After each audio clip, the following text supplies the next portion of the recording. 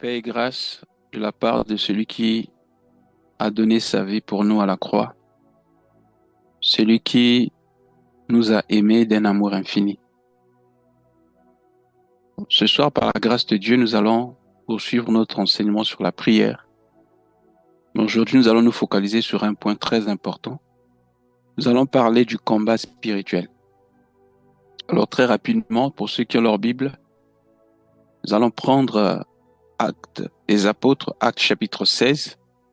Nous lirons du verset 16 au verset 17. Je lis: Comme nous allions au lieu de prière, une servante qui avait un esprit de python et qui, en devinant, procurait un grand profit à ses maîtres, vint au-devant de nous et se mit à nous suivre, Paul et nous, et criait: Ces hommes sont des serviteurs du Dieu Très-Haut, et ils vous annoncent la voie du salut. Et fut cela pendant plusieurs jours.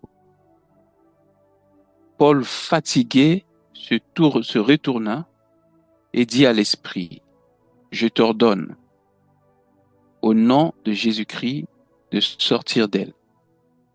Et il sortit à l'heure même. Amen. Oui, bien-aimés, c'est important que nous sachions en tant qu'enfants de Dieu que lorsque nous décidons de renoncer à nous-mêmes et de suivre Jésus-Christ, nous déclarons la guerre avec le monde des ténèbres. En effet, il n'y a pas de neutre dans cette affaire. Si tu n'es pas soumis à la puissance des ténèbres, c'est que tu es sous la puissance de la lumière. Et si tu n'es pas soumis à la puissance de Christ, si ce n'est pas le Christ qui gère ta vie, ça veut dire que tu es sous la puissance des ténèbres. Que tu sois conscient de cela ou pas, il n'y a pas de neutre, il n'y a pas de gens qui ne sont ni du royaume des ténèbres, ni du royaume de la lumière. Il n'y a que ceux-là qui sont dans le royaume des cieux et ceux qui sont sous la puissance des ténèbres. Ainsi, vous verrez par exemple des versets comme Colossiens chapitre 1, versets 12 à 14, qui dit: Rendons grâce à Dieu pour ce qu'il a fait pour nous, en effet, qui nous a délivrés de la puissance des ténèbres et nous a transférés dans le royaume du Fils de son amour, en qui nous avons la rédemption et la rémission des péchés. Donc, il y a une transition qui se passe lorsque nous acceptons le Seigneur dans notre vie. C'est très important que nous le sachions.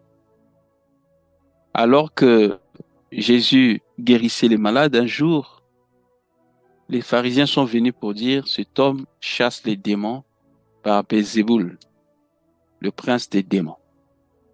Et le Seigneur va dire quelque chose de très important. Il dit: si Satan chasse Satan, c'est que son royaume ne peut pas résister.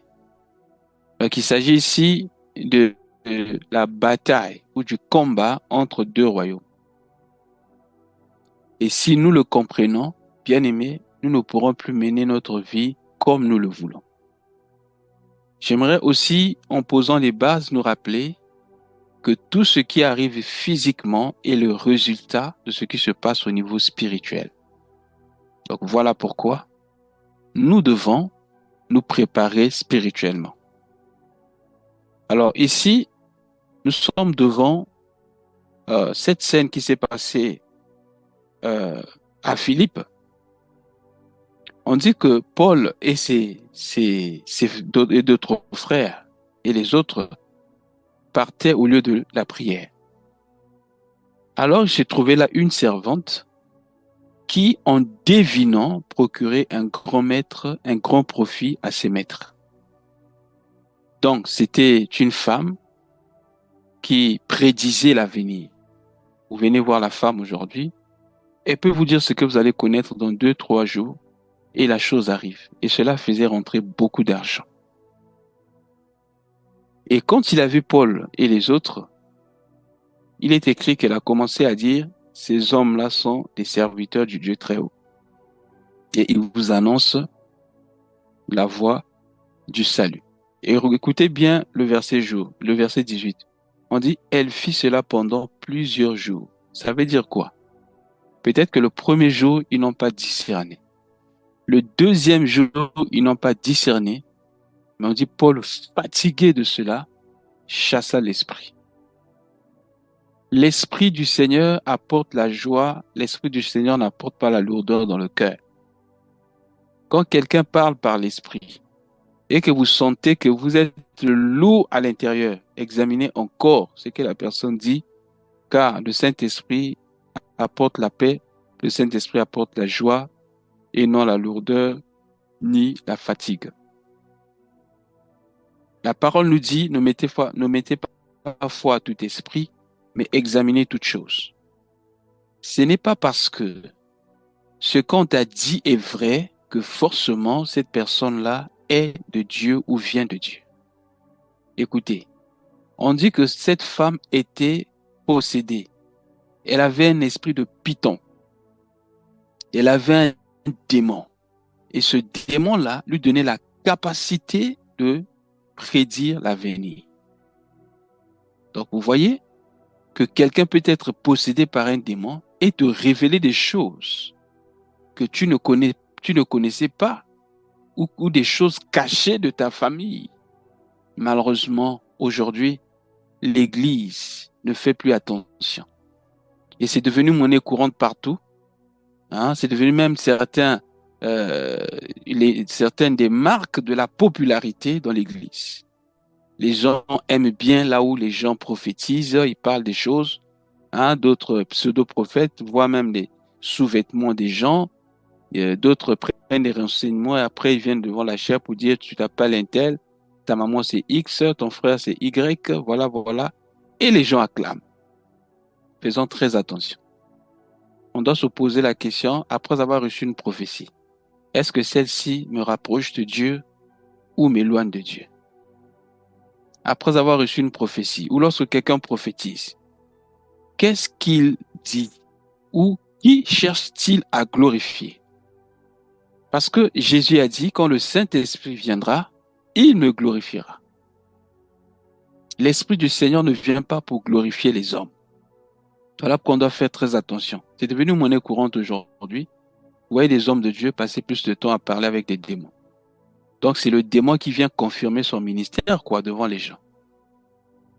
On donne le micro au démoniaque ou au possédé. Non, le possédé va commencer à dire, voilà, tu es trop puissant. Non, il y a des anges autour de toi. On n'a pas pu atteindre cette église parce que tu es puissant. On voit la gloire de Dieu sur toi. Tu es consacré. Tu as un ministère grand, bien aimé. La Bible dit, Satan, c'est le père du mensonge. Donc, on ne peut pas chercher les informations auprès des démons. En tout cas, c'est devenu monnaie courante. Les gens passent leur temps à dialoguer avec les démons. Il est vrai que le Seigneur Jésus avait posé la question, et je dirais qu'une seule fois pendant son ministère, on voit l'épisode où Jésus parle avec les démons. C'est seulement lorsqu'il a posé la question à ce fou de Gadara. Quel est ton nom? Il dit, Légion, car nous sommes nombreux. Et les démons disent, ne nous envoie pas hors de la ville, permet que nous entrions dans les pourceaux. C'est la seule fois où nous voyons le Seigneur Jésus, on peut dire, dialoguer avec des démons. Mais aujourd'hui, c'est devenu comme, les gens se tapent, c'est comme un luxe. C'est devenu comme un moyen pour manifester ou montrer qu'on est puissant. Faisons très attention. Dans la bataille spirituelle, nous ne devons pas recevoir nos informations venant des esprits impurs. Mais devons être connectés par l'esprit, car c'est l'esprit de Dieu qui sait tout. Il connaît la profondeur, il sait comment opérer. On ne doit pas, bien aimer, se fier à ce que disent les démons. Par expérience, il y a eu des fois où, par exemple, vous priez pour quelqu'un, vous chassez un démon, qui vous dit, oui, là, je suis parti, je m'en vais, je quitte le corps. Mais quelquefois, le démon ne part pas. Il vous dit, je m'en vais, je quitte le corps pour vous affaiblir. Mais en quelque sorte, quelquefois, il ne part pas, il est toujours là.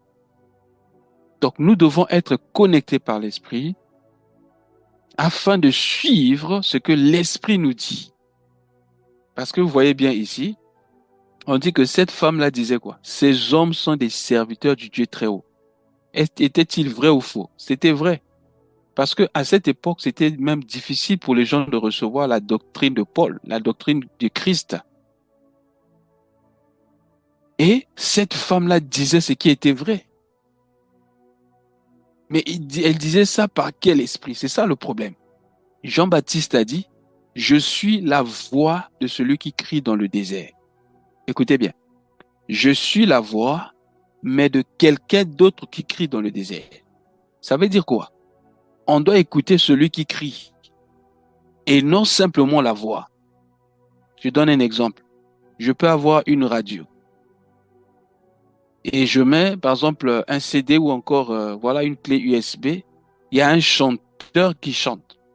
La radio, ce n'est qu'un moyen qui me permet d'écouter le son de la chanson. Mais ce n'est pas la radio qui parle. Il y a quelqu'un d'autre qui parle derrière la radio. Il y a le musicien. Donc, il faut se demander, c'est qui joue la musique? C'est qui chante? Il ne faut pas se fier simplement au bruit qui sort de la radio. La radio peut libérer un bon son, mais quel est l'esprit derrière qui donne l'information? Frères, sœurs, nous nous engageons dans une bataille. Dans une bataille. Nous nous engageons dans un combat. Et dans ce combat-là, ce n'est pas nous qui combattons. Rappelons-nous de cela. Dans le combat spirituel, le combat n'est pas nôtre. Le combat est au Seigneur. Et comme c'est le Seigneur qui combat, ça veut dire quoi? La victoire aussi appartient à l'Éternel. Si vous lisez dans la Bible, tous ceux qui ont été dans le combat, à chaque fois, c'était que l'on sache que c'est l'Éternel et Dieu. Ça veut dire quoi? Après chaque combat, nous devons nous rappeler que la gloire doit revenir à Dieu et à Dieu seul. Et lorsqu'on se jette dans un combat, on doit se souvenir qu'on ne doit pas bien aimer se lancer dans un combat pour chercher notre propre gloire. Tu peux demander la puissance de Dieu pour chasser les démons, peut-être pour devenir fameux, pour devenir connu, pour qu'on te connaisse dans la ville, pour qu'on sache que tu es puissant. Ça, ce sont des mauvaises motivations. Dans Jacques 4, la Bible dit, vous demandez, vous ne recevez pas, parce que vous demandez mal, dans le but de satisfaire vos propres désirs. On ne cherche pas la puissance de Dieu pour le spectacle. Malheureusement, c'est devenu monnaie courante aujourd'hui dans les églises. Et encore plusieurs, surtout regardez sur les réseaux sociaux, les images publiées généralement, on voit les gens en train de tomber, les gens en transe, etc. Et on dit c'est ça la puissance de Dieu. Frère, la puissance de Dieu peut passer sans que les gens ne tombent, sans qu'il y ait du bruit. Dieu agit comme il veut. Je ne dis pas que quand il y a le bruit, c'est que c'est pas Dieu. Non, non, non. Dieu peut agir en faisant passer le bruit comme ça peut être dans le silence. Mais ne justifions pas la présence de Dieu par le bruit ou par les tombées. Voilà comment certains hommes dits de Dieu sont partis prendre le feu étranger, certains des fétiches, pour faire tomber les gens. Et on dit, voilà, il est puissant. Frères, faisons très attention. Nous devons avoir le discernement. Dans ce combat, je rappelle, ce combat est à Dieu, la victoire est à lui. Et dans ce combat, nous devons utiliser l'épée de l'esprit qui est la parole de Dieu. C'est dans Éphésiens chapitre 6, je pense. Si vous lisez bien là-bas, on dit prenez aussi l'épée de l'esprit qui est la parole de Dieu. L'esprit là-bas, c'est écrit avec E majuscule. Donc ce n'est pas l'esprit de l'homme, mais c'est l'esprit de Dieu. Donc, il faut avoir l'esprit de Dieu en soi afin que l'esprit utilise son épée. Donc si tu n'as pas l'esprit de Dieu en toi, tu ne pourras pas, bien aimé, être efficace. C'est très important. Ce ne sont pas simplement des mots que tu utilises, mais bien aimé, c'est l'Esprit de Dieu en toi qui libère la puissance. Ici, j'aimerais prendre un exemple de ce qui s'est passé avec les 7 fils de Sheva. C'est dans les Actes des Apôtres. Ces hommes-là ont voulu faire l'exorcisme sur un démon, un possédé, un homme qui était possédé d'un démon, en disant, nous te conjurons par Jésus que Paul prêche de sortir de cet homme. Mais les démons ont dit, nous connaissons Paul. Paul a le Saint-Esprit, nous connaissons Jésus, mais vous, qui êtes-vous? Parce que vous voulez utiliser l'épée de l'Esprit alors que vous n'avez pas l'Esprit.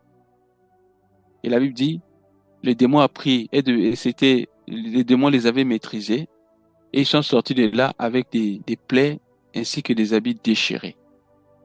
Ils étaient 7, mais un seul, comme le gars avait beaucoup de démons certainement, le démon a pris, ou les démons ont pris l'avantage sur eux, et ils sont sortis de là avec des plaies. Pourquoi? Parce que eux-mêmes, ils n'ont pas l'esprit et ils ont voulu chasser un démon. J'aimerais rappeler ici que le nom de Jésus n'est pas un simple slogan ou une formule magique. Non. C'est pas parce que tu dis au nom de Jésus simplement que les démons partiront. Il faut être en communion avec le Seigneur Jésus toi-même. C'est pas un Jésus que tu empruntes comme les 7 fils de Sheva qui disaient au nom de Jésus que Paul prêche. Non.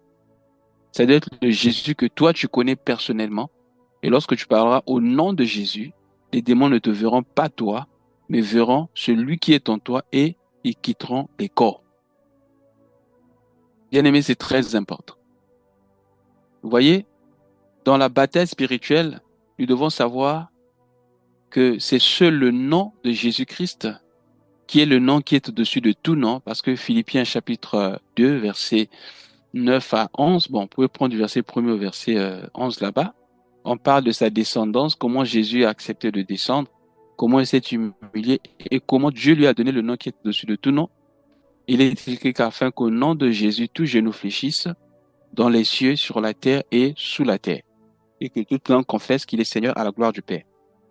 Donc vous voyez, c'est le seul nom qui fait trembler les puissances des ténèbres. Il n'y a pas un autre nom. Si tu viens devant un démon et tu dis au nom du Père, Fils, Saint-Esprit, les démons vont se moquer de toi et vont te taper. Mais c'est au nom de Jésus que les démons tremblent et ils fuient. Parce que Jésus-Christ est le médiateur entre nous et Dieu. Lorsque nous disons au nom de Jésus, nous disons au nom de l'œuvre, par rapport à l'œuvre que Christ a fait, et Christ nous représente, c'est comme ça que les démons tremblent et ils fuient. Ainsi, lorsque nous prions au nom de Jésus, le Seigneur agit à sa manière. Il peut envoyer des anges.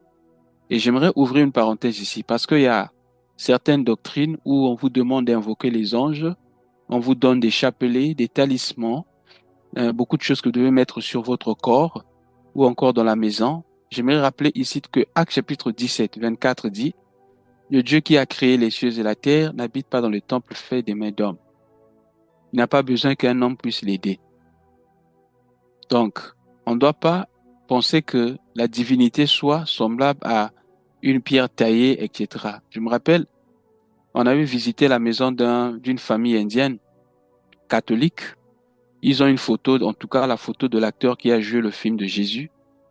À chaque fois que ces gens-là doivent prier ou commencent à prier, eux tous ils se retournent pour diriger leur regard vers la photo de l'acteur qui a joué le film de Jésus-Christ. Ça, c'est l'idolâtrie. Dieu n'habite pas dans le temple fait des mains d'hommes. D'autres, pour prier, doivent aller soit à la grotte ou prendre le chapelet. Je me rappelle, il y avait une sœur comme ça qui devait aller présenter le bac. Et elle avait oublié le chapelet à la maison. Elle a regretté, dit, ah, vraiment, comme j'ai oublié le chapelet, certainement, je ne vais pas réussir à l'examen. Et elle avait brillamment échoué aussi. Pourquoi? Parce qu'elle avait mis sa confiance dans le chapelet. Et il y a beaucoup de choses comme ça. Certains leur donnent des bagues, hein, beaucoup de talismans comme ça. J'ai vu une sœur, par exemple, c'est un prophète qui lui a donné l'huile qu'elle devait se faire badigeonner pendant tout un mois. Elle devait mettre cette huile-là sur elle. C'est-à-dire que c'est une huile qui enlève les démons, etc. Bien aimé, toutes ces choses-là sont des manipulations. Faisons très attention. Et autre chose, d'autres encore, on leur demande de faire appel à des anges. L'ange Gabriel, l'ange Michael, archange Michel, c'est pas euh, beaucoup des anges qu'on fait appel, etc. La parole de Dieu ne nous demande pas de faire appel aux anges, non. Il est vrai que Dieu, en agissant en notre faveur, parce qu'il a dit que les anges sont des esprits qui agissent en notre faveur, c'est pas à nous d'appeler les anges. Même Jésus-Christ étant sur terre, n'a pas appelé un ange. Vous vous rappelez, lorsqu'il était devant Pilate, Pilate lui a dit, tu ne parles pas, ne sais-tu pas que j'ai du pouvoir sur toi? Il dit, tu n'auras aucun pouvoir sur moi, car je suis capable d'appeler mon Père, de demander à mon Père d'intervenir pour moi, et il enverrait 12 000 légions d'anges. Donc, qu'est-ce que nous faisons? Nous prions le Père au nom de Jésus, mais c'est pas à nous de dire, ange Michael, viens, ange ceci vient, il y a beaucoup de livres comme ça là que les gens achètent, des poudres, des bougies, etc. Qu'on leur donne, voilà, utilisez ceci, les démons vont partir, utilisez tel parfum, les démons vont partir. Bien aimé, ce sont des manipulateurs. C'est pas parce que quelqu'un a une Bible que cette personne-là vient de Dieu. Il y a beaucoup de charlatans qui se sont convertis en prophètes, en voyantes et en prophétesses. C'est des gens qui, depuis longtemps, utilisaient d'autres méthodes, mais comme aujourd'hui les gens sont devenus sceptiques quant à tout ce qui concerne le spiritisme, ces gens-là se sont convertis en prophètes et en prophétesses et en voyantes. Et je vous dis, si vous partez voir ces gens, ils peuvent voir des choses vraies qui se passent dans votre vie, des choses que personne ne savait. En fait, ça, c'est un appât. C'est un appât pour que vous puissiez vous ouvrir à lui. Il te donne un message, quelque chose vraiment de caché. Alors toi, je te dis, ah, vraiment, cette personne-là est de Dieu. Faisons très, très attention. Donc, dans le combat spirituel, on ne doit pas invoquer les anges. Nous prions Dieu au nom de Jésus. Alors, c'est Dieu qui envoie les anges en notre faveur. On ne doit pas mettre notre confiance, comme je disais, dans notre sagesse. Il ne faut pas aussi mettre sa confiance dans la tonalité de sa voix. J'ai constaté que beaucoup de gens, lorsqu'il s'agit du combat spirituel, alors ils commencent à crier en croyant que c'est la tonalité de la voix qui fera trembler le démon, ou parce que la Bible dit il faut parler avec autorité. L'autorité ne signifie pas crier. Parce que si une autorité, pour se faire entendre, doit crier, cela signifie que l'autorité n'est pas autoritaire. Parce que lorsqu'on connaît sa position, on sait qu'on a autorité, on n'a pas besoin de crier pour que les gens puissent se mettre à l'œuvre ou exécuter ce que nous donnons comme ordre. Parler avec autorité, c'est d'abord connaître sa position en Christ et savoir ce que Christ a fait et réaliser, bien aimé, que ce que nous allons dire, puisque Christ est en nous, il est plus grand que celui qui règne dans ce monde, le démon va exécuter. Donc, on n'a pas besoin de crier. Mais si tu te sens à l'aise en criant, ce n'est pas mauvais. En tout cas, c'est pas un péché de prier en criant. Si tu te sens à l'aise en criant, si tu veux crier, tu cries. Mais ne te dis pas que c'est parce que tu vas crier que les démons vont écouter.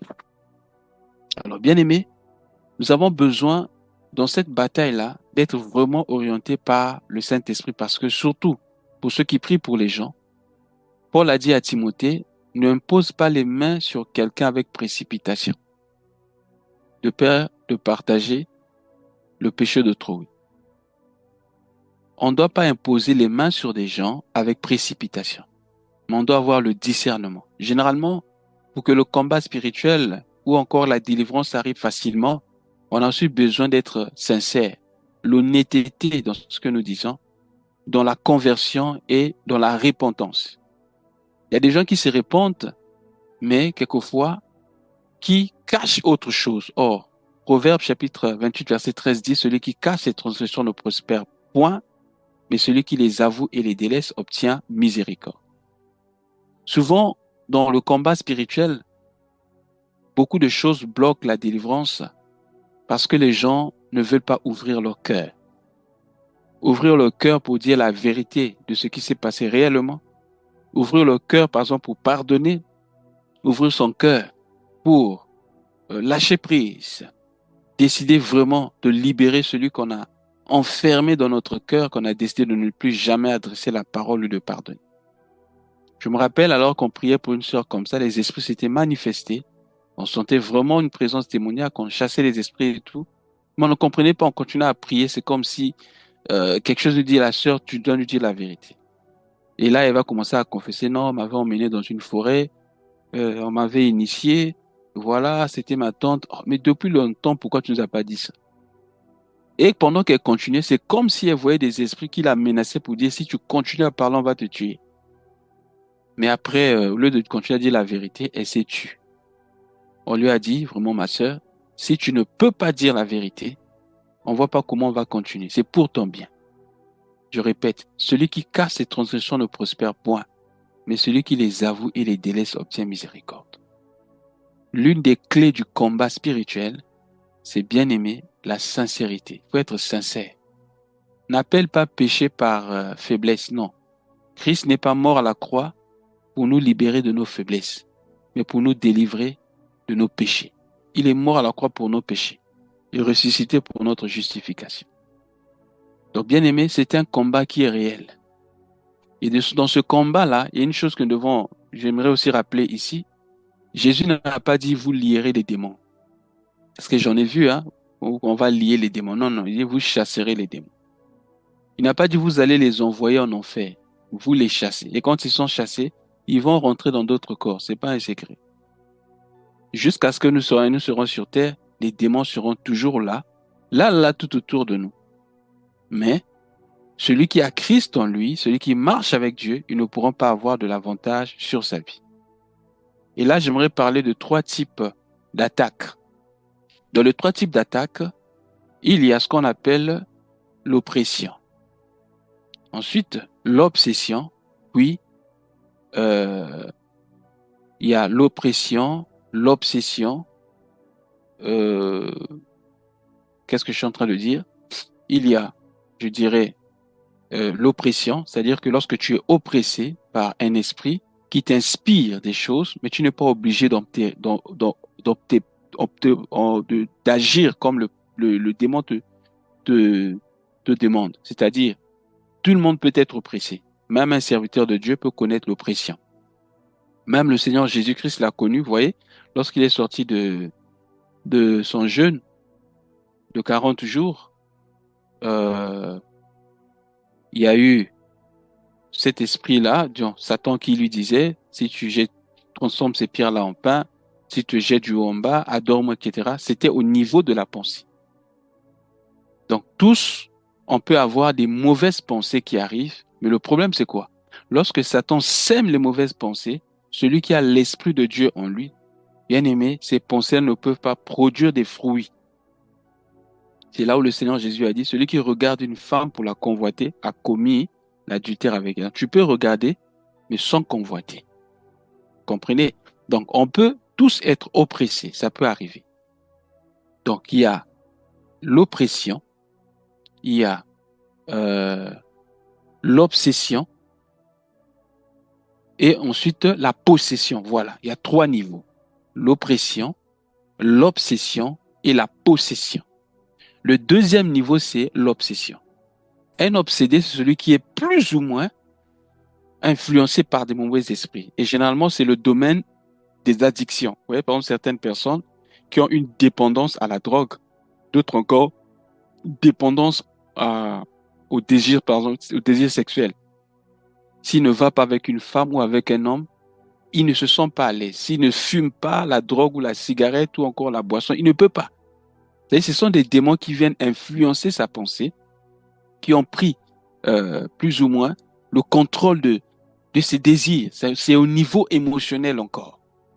Maintenant, la possession, c'est quand un démon prend totalement le contrôle de la pensée d'une personne.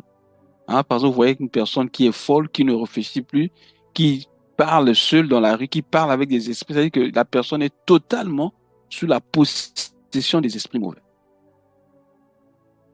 Mais bien aimé, dans ce cas-là, seul le Seigneur, donc en tout cas pour tous les deux cas, que ce soit l'obsession ou encore ou la possession, c'est le nom de Jésus qui libère. Mais généralement, les gens sont bloqués parce que, ils ne sont pas sincères dans leur conversion, dans leur repentance. Ils ne veulent pas dire la vérité. Ils veulent cacher certaines choses dans leur vie. Par expérience, j'ai remarqué que pour être libéré de certains péchés, quelquefois l'Esprit va nous pousser à confesser devant un homme ou devant des hommes. Je ne suis pas en train de parler de ce que les gens vont faire devant les prêtres. Après, le prêtre déclare, tu es pardonné. Non, non, non, non. Hein, ça, je parle pas de ça. Mais de quelqu'un qui veut vraiment changer. La Bible dit, celui qui est né de Dieu ne pêche point. Pourquoi? Parce que le désir du péché a quitté son cœur. On est exposé, on peut être oppressé. Les mauvaises pensées peuvent passer. Mais bien aimé, nous luttons jusqu'au sang. Nous luttons, bien aimé, dans le Seigneur. C'est là où 1 Jean chapitre 5, de quoi 18 à 19, parce que beaucoup de gens veulent laisser toute la charge à Dieu pour dire que Je ne peux pas me protéger moi-même, c'est Dieu qui me protège. Oui, mais que dit la Bible? Jean a dit ceci. Dans Jean 1 Jean, l'épître de Jean, 1 Jean 2, je crois le verset 18, on dit, je vous écris ces choses afin que vous ne péchiez point. Mais si quelqu'un a péché, nous avons un avocat auprès du Père. Maintenant, dans 1 Jean chapitre 5, je crois 18 à 19, la Bible dit, le monde entier est sous la domination ou la puissance des ténèbres. Mais celui qui est né de Dieu ne pêche point, mais se garde lui-même et le malin ne le touche pas. Ça veut dire quoi? Nous avons aussi une part de responsabilité. Pour être fort dans le combat spirituel, cela aussi, bien aimé, dépend de comment nous passons nos journées. Comment passons-nous notre journée? Nous devons savoir que notre homme intérieur est formé par ce que nous écoutons et ce que nous voyons. Nous sommes le reflet, le résultat de ce que nous voyons et ce que nous écoutons. Faisons très attention aujourd'hui. Avec les réseaux sociaux, nous sommes à l'ère de la convoitise où les gens peuvent se balader pratiquement nus dans la rue, se livrer des photos, des vidéos où les gens sont pratiquement nus et cela attise des désirs charnels dans notre corps. Et du coup, c'est comme une poubelle qu'on jette dans ta maison va puer. Et du coup, tu seras déséquilibré spirituellement, tu seras instable et du coup, ça sera difficile pour toi de lutter contre certains désirs. Voilà pourquoi nous devons être sélectifs. On doit savoir que ce monde ici est sous la domination du malin. On doit être sélectif par rapport aux images que nous regardons et aux sons que nous écoutons. Faute de temps, nous allons nous arrêter là, mais je prie que le Seigneur nous ouvre les yeux, qu'il nous donne d'être conscients, de savoir que nous sommes en guerre et si nous savons que nous sommes en guerre, nous n'allons plus mener notre vie n'importe comment. Paul a écrit, la nuit est avancée et le jour approche. Soyons donc conscients, ne marchons plus comme des hommes inconscients, mais faisons attention dans tout ce que nous faisons parce que la fin est proche et le malin utilise plusieurs méthodes pour nous divertir, pour nous rendre faibles. Alors soyons des hommes et des femmes de prière, car Jésus a dit, veillez et priez pour ne pas céder à la tentation. Que Dieu vous bénisse. Amen.